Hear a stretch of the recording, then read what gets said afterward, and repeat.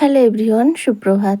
কেমন আছো তোমরা? আশা করছি সবাই খুব ভালো আছো আর আমরাও বেশ ভালো আছি। আমি আলপনা আমার নতুন আরও একটি ব্লগে তোমাদের সবাইকে জানাই অনেক অনেক স্বাগত আর অনেক অনেক ভালোবাসা। তো আজকের দিনটা হলো সোমবার। এখন ঘড়িতে সময় ওই সকাল 6:45 মতো। তো সবে ঘুম থেকে উঠলাম, উঠে কয়েকটা বাসন ছিল বাইরে বের করে দিয়ে ছড়াটা দিয়ে ঘর দুয়ারটা ঝাড় দিয়ে নিচ্ছি। আর এখন এই যে বাইরটাও ঝাড় দিয়ে নিচ্ছি। চলো তাহলে বন্ধুরা, আজকে এখন থেকেই তোমাদেরকে সাথে নিয়ে আজকের ভিডিও শুরু করছি। গতকাল তো শরীর খারাপের জন্য উঠতে পারিনি, তবে আজকে কিন্তু শরীরটা ঠিক আছে। তবে ঠিক থাকলেও দুর্বলতা ভাবটা আছে। কিন্তু থাকলেও তো আর প্রত্যেক দিন শুয়ে থাকা যায় না, বা প্রত্যেক দিন সেই পুরুষ মানুষকে দিয়ে কাজ করানো যায় না। তাছাড়া কি বলতো, কালকে রাতে নাইট করে এসছে, তাই তাকে তো আর বলতে পারি না তুমি সকালে উঠে কাজ করো। তো যাই হোক, সেই কষ্ট করে হলেও সকালে উঠে পড়েছি আর কাজগুলোও সেরে নিচ্ছি। দেখো, তোমাদের সঙ্গে কথা বলতে বলতে আমার কিন্তু ঘর দুয়ার বাইর সব ঝাড় দেওয়া হয়ে গেল। আর আজকেও না বেশ কাজের তাড়া রয়েছে। মেয়ের স্কুল রয়েছে, তবে আজকে মেয়েকে স্কুলে পাঠাবো না। আজকে যাব আমার ননদকে সাধ দিতে। মেজ ননদের সাধ, 9 মাসের সাধ হবে। ওই দিনে গিয়েছিল, আমাদের বাড়ি থেকে দিয়েছিল। আজকে আমরা দেবো আর কি, সেই জন্য যাব। তবে সকালবেলায় যেতে বলেছিল, কিন্তু আমার সেটা সম্ভব নয়। সকালবেলা যাওয়া যাবে না, কারণ আমাকে রান্নাবান্না করতে হবে, বাড়ির কাজকর্ম রয়েছে, সেগুলো কমপ্লিট করতে হবে। সকালে মেয়ে টিউশন যাবে, স্কুলটা বন্ধ করলেও টিউশন তো আর বন্ধ করা যায় না। তারপরে তোমাদের দাদাভাই তো যেতে পারবে না, ওর ডিউটি রয়েছে। ও দুপুরে ভাত টাত খাওয়া দাওয়া করে ডিউটি যাবে। তো সেই সমস্ত কিছু সেরে তারপরে কিন্তু যেতে পারবো। এমনিতেও শরীরটা খারাপ, যেতে ইচ্ছাও করে না, মনটা চাইছেও না। মনে হচ্ছে শুধু শুয়ে রেস্ট নেই, কিন্তু কিচ্ছু করা নেই। ওই যে দায়িত্ব কর্তব্য, আরেকজনও আছে কিন্তু তার কোনো দায়িত্ব কর্তব্য নেই। সে দিব্যি বিন্দাস ঘুরে বেড়ায়, আর তাকে কেউ কিছু বলবেও না। সে গেলেও কোনো ব্যাপার নয়, না গেলেও কোনো ব্যাপার নয়। কিন্তু আমি যদি না যাই, এক্ষুনি সমালোচনা শুরু হয়ে যাবে, এক্ষুনি বলাবলি হয়ে যাবে, 14বার ফোন করবে, কিন্তু তার কোনো ব্যাপার না। সে তাকে ফোনও করবে না, তাকে বলবেও না, কোনো কিছুই না। সত্যি কথায় আছে না, বোবার কোনো শত্রু নেই, কিছুই জানে না, এরকম একটা আচরণ করে। কিন্তু একেবারে যা সিয়ানা। কার কথা বলছি আশা করছি বুঝতে পারছো? হ্যাঁ, আমার বড় যা। ভীষণ বুদ্ধিমান, মানে একেবারে মিজমিজে শয়তান যাকে বলে আর কি। তো যাই হোক, অনেক কথা বলে ফেললাম। মাঝে মাঝে যখন মনে কষ্ট হয় না, তখন তোমাদের সঙ্গে শেয়ার করে নিই। যাই হোক, তোমাদের সঙ্গে কথা বলতে বলতে বাসনগুলো মাজা হয়ে গেল। এখন বাসনগুলো এক এক করে ধুয়ে নিচ্ছি। তবে আমি দায়িত্ব কর্তব্য ঠিকঠাক কষ্ট হলেও পালন যেমন করছি, ভগবান আছে আমার মাথার ওপরে, তিনি তো সব দেখছে, তাই না? কে কী করছে না করছে মানুষের চোখে না পড়লেও ভগবানের চোখে কিন্তু ঠিক আছে। তো যাই হোক, খুব বেশি বাসন থাকে না, অল্প বাসনই ছিল। এখন আমি চেষ্টা করি সবসময় অল্প বাসনের ওপর কাজ কমপ্লিট করতে আর কি। কারণ আগে আগে না এত এত বাসন হতো, সকালবেলা বিরক্তি লাগতো। কিন্তু সকালটা তাড়া থাকে, মেয়ে টিউশন যায়, ওকে তুলতে হয়। এখনও মেয়েকে তোলা হয়নি, এরপর ওকে গিয়ে তুলে দেবো জোর করে। আর ওকে তুলতে না অনেকটা সময় লাগে, মোটেও ঘুম থেকে উঠতে চায় না। চলো, এদিকে বাসনগুলো ধোয়া হয়ে গেছে, এখন কয়েক বালতি জলও ভরে নেব। তারপরে ফ্রেশ ট্রেশ হয়ে চলে আসলাম চা করে নিয়ে। আর এদিকে মেয়ে ভাত বসিয়ে দিচ্ছিলাম। ভেবেছিলাম মেয়েকে স্কুলে পাঠাবো, টিফিনে আসার পর যাবো আর কি। তারপর জানলাম তোমাদের দাদাভাইয়ের ডিউটি, ও তো দিতে যেতে পারবে না। তাই ভাবলাম তাহলে একটু আগে আগেই যাবো, তোমাদের দাদাভাই আমাদের পৌঁছে দিয়ে ডিউটি যাবে। তো সেটাও হলো না। তোমাদের দাদাভাই তার এক বন্ধুকে বলে দিয়েছিল, সে আমাদেরকে পৌঁছে দিয়ে এসেছিলো। তো যাই হোক, সেই জন্য রান্নাটা বসিয়ে দিয়েছিলাম, তোমাদের দাদাভাই খেয়ে ডিউটি যাবে। আর মেয়েকে আর স্কুলে পাঠানো হলো না। তো আজকে রান্না করব ডিম ঝোল, ডিম আলু দিয়ে ঝোল করবো, আর উচ্ছে আলু ভাজা। তো এই যে আলুটা ভাজা করছি, এখন সকালে দুটো মুড়ি খাওয়া হবে। তারপরে যে আলুটা থাকবে সেটাকে উচ্ছের সঙ্গে দিয়ে দেবো আর কি। মানে যে আলু ভাজাটা থাকবে সেটাই উচ্ছের সঙ্গে দিয়ে দেবো, তাহলে উচ্ছে আলু ভাজাও হয়ে যাবে।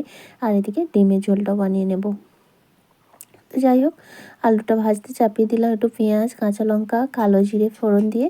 এইভাবে আলু ভাজলে কিন্তু খেতে বেশ ভালো লাগে। আর আলুগুলো ভাজা হয়ে গেল, যেহেতু চন্দ্রমুখী আলু, আলাদা করে কোনো সেদ্ধ করতেও লাগে না। তেলের ওপর তুলে দিলে, একটু ঢাকা দিয়ে দিলে কিন্তু একেবারেই নরম হয়ে যায়।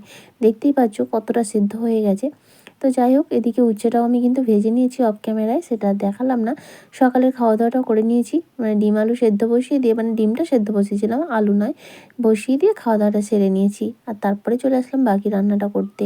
তো এদিকে ডিম 3টে ভেজে নিলাম একটু লবণ আর হলুদ মাখিয়ে, তারপর রান্নাটা কমপ্লিট করে নিয়েছি অফ ক্যামেরাতে। এদিকে দেখো ডিমের ঝোল রেডি আর আমার রান্নাবান্না কমপ্লিট। গ্যাসটাকে একটু পরিষ্কার করে নেব, নিয়ে বাসনপত্র যা আছে যাবতীয় সমস্তটা ধুয়ে নেব। আজকে একটু মানে শ্যাম্পু করে স্নান করব, সকালে স্নান করব ভাবলাম, কিন্তু জলের জন্য আর হলো না। তারপরে সকালে কয়েকটা জামা কাপড় কেচেছিলাম, অনেকগুলো জমা হয়েছিল, এই যে যা শাড়িটারে ছিল, তো সকালে কেচে দিয়েছিলাম। তো এই যা হালকা জামা কাপড় তো রোদে শুকিয়ে গেছে, দু একটা জিনিস শোকায়নি, সেগুলো এখনও মেলে রেখেছি, যদি না শোকায় ওই মানে ঘরে তুলে রেখে দিয়ে যাবো আর কি। কারণ বিকেলে তো আর ফিরতে পারবো না, কখন আসবো হয়তো রাত্রি হয়ে যাবে। তো রাত্রি হয়েই গিয়েছিলো জানো তো। তো যাই হোক, ওই জন্য যেগুলো শুকিয়ে গেছে এখন গুছিয়ে তুলে দিচ্ছি, কারণ কাজ ফেলে রাখতে আমার একদমই ভালো লাগে না, আর কাজ ফেলে রেখে যেতেও একদমই ইচ্ছা করে না।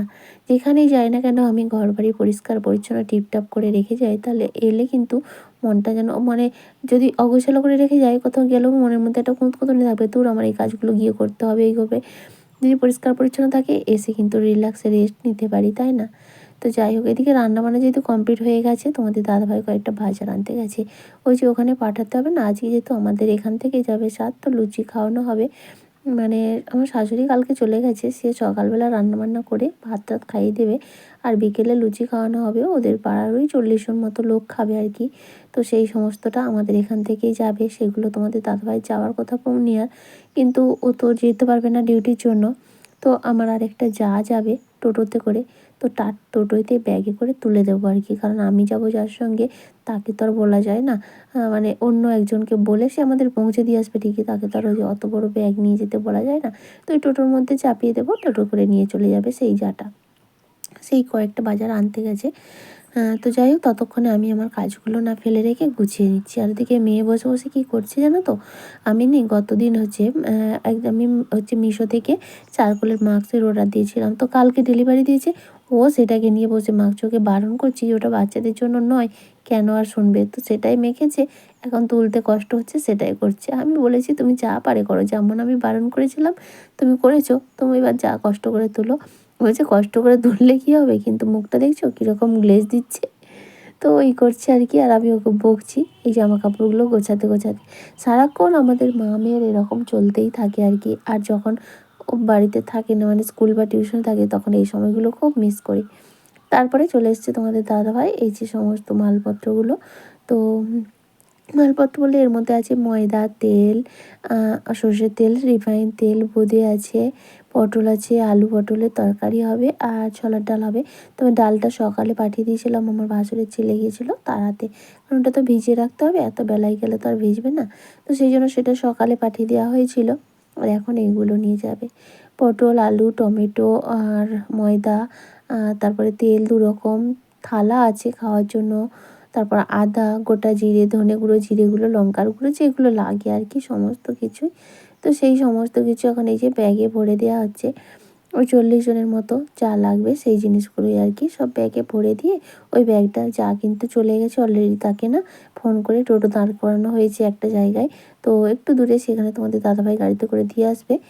তো সেই টোটোয় করে নিয়ে যাবে আর কি। বুঝতেই পারছো দায়িত্ব কর্তব্য কত পালন করেও, আর পাশে আরেকটা যা কিন্তু দাঁড়িয়ে আছে। তো যাই হোক, এগুলো কিন্তু বাড়ির বড় বউয়ের করা উচিত, তাই না? কিন্তু সে হিসেবে কোনো মাথা ব্যথা নেই, তার কোনো ব্যাপারই নয়, কী হচ্ছে না হচ্ছে কোনো ব্যাপার নয়, আর তাকে কেউ কিছু বলেও না। ওই জন্য কথায় আছে না, যে গরু বেশি দুধ দেয় তাকে সবাই দুইতে চায়, তাই না? তারপরে খাওয়া দাওয়াটা সেরে নিয়েছি, অনেকটা সময় চলে গেছে, এখন কিন্তু তোমাদের দাদাভাই ডিউটিও চলে গেছে, আর আমি এই যে রেডি হয়ে নিয়েছি। যেহেতু শ্যাম্পু করেছি চুলটা ভেজে, তাই চুলটা ছেড়েই রাখতে হবে। এখন শাড়িটা পরলাম, তো চুলটা গুটিয়ে রেখেছিলাম, আর এই যে এই শাড়িটা আমি দেবো ওই বাটিকের একটা সুতির ছাপা শাড়ি, সায়া ব্লাউজ রয়েছে, এর মধ্যে আলতা, সিঁদুর, তেল, নোয়া যেগুলো লাগে আর কি আছে, নরকম মিষ্টি, মালা, ঘুমছি, এই সমস্ত কিছু আর কি ওই বিকেলে গিয়ে খাইয়ে দেবো। তো সেটাই আমি প্যাকেটের মধ্যে ভরে নিলাম, আর ওদিকে মেয়ে কিন্তু সেজেগুজে অনেকক্ষণ থেকেই রেডি। তো তোমাদের দাদাভাইয়ের ওই বন্ধু আসবে, তারপরে আমাদেরকে নিয়ে যাবে। আজ আর ভিডিওতে কারোর নাম নিতে পারলাম না গো, কিছু মনে করো না, পরের ভিডিওতে অবশ্যই নাম নিয়ে নেব, কারণ এরপর আর কোনো ভিডিওই করতে পারিনি, সেখানে গিয়ে একটু ব্যস্ত হয়ে পড়েছিলাম, তাই আর কিছু করা হয়নি। এখন প্রায় সন্ধে হয়ে এসেছে, এখন এই যে ডাল ফুটছে, তরকারিটা হয়ে গেছে, এখনও লুচি ময়দা টয়দা মাখা হয়েছে, লুচি ভাজা হয়নি, হবে, খাওয়া হবে, তারপরে বাড়ি যাব। চলো বন্ধুরা, ভিডিওটা এখানেই শেষ করছি।